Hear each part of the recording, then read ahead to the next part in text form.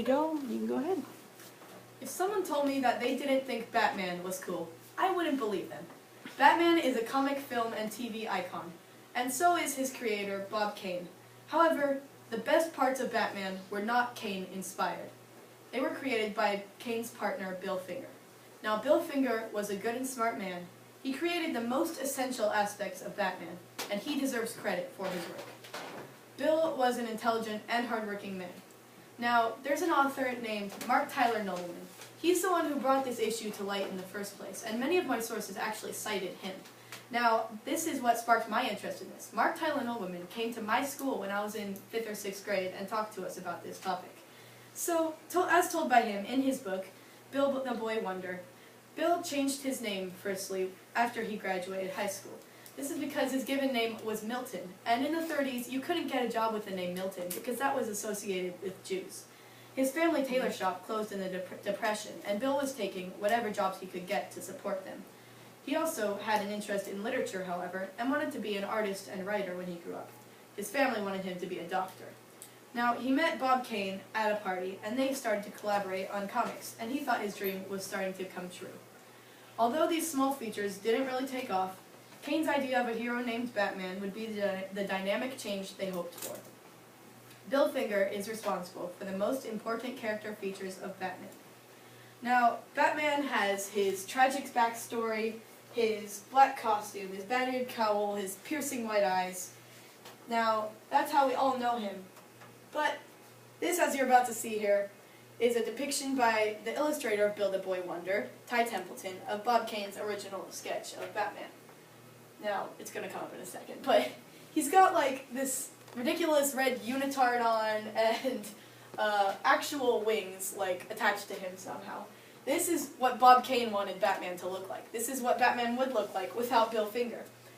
But Nobleman cites Bill Finger as being the one to come up with the spiked gauntlets, the scalloped cape that flows out like bat wings, but it's not actual wings, and the ears, the mask, it's all Bill's ideas.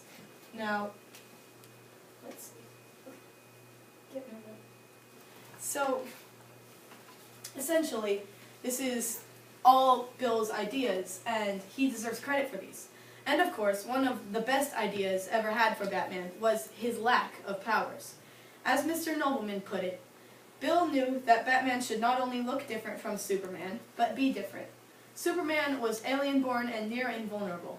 Bill thought that Batman should be a human being who could be hurt, a superhero without superpowers, someone anyone could be. So Batman's lack of power, something we all know him for, was Bill's idea too. Now, we know that Mr. Finger was something of a nerd from what Mark Tyler Nobleman says. He had an interest in literature and comic book stories. And we know that he was a good man because of the way he struggled to support his family.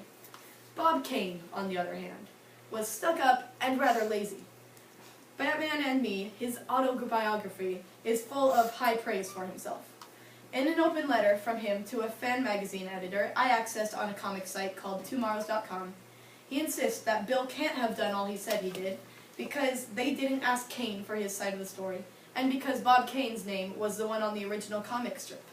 Now, Mr. Finger had recently spoken up for himself at a convention, but Kane now writes, "I challenge Bill to repeat those statements in front of me. I am sorry that I was absent from the Comic Dumbs convention so that I could have answered him.